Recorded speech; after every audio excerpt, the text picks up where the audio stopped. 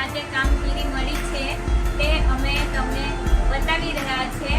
જે આદિવાસી બહેનો છે તેઓ ઘરે બેઠા આ કામ કરી રહ્યા છો. તમે લાઈક કરી શકો છો આ ચેનલને, કેમ કે અમારે યુટ્યુબ પર અમારી લિંક આપવામાં આવી છે. તમે જોઈ શકો છો.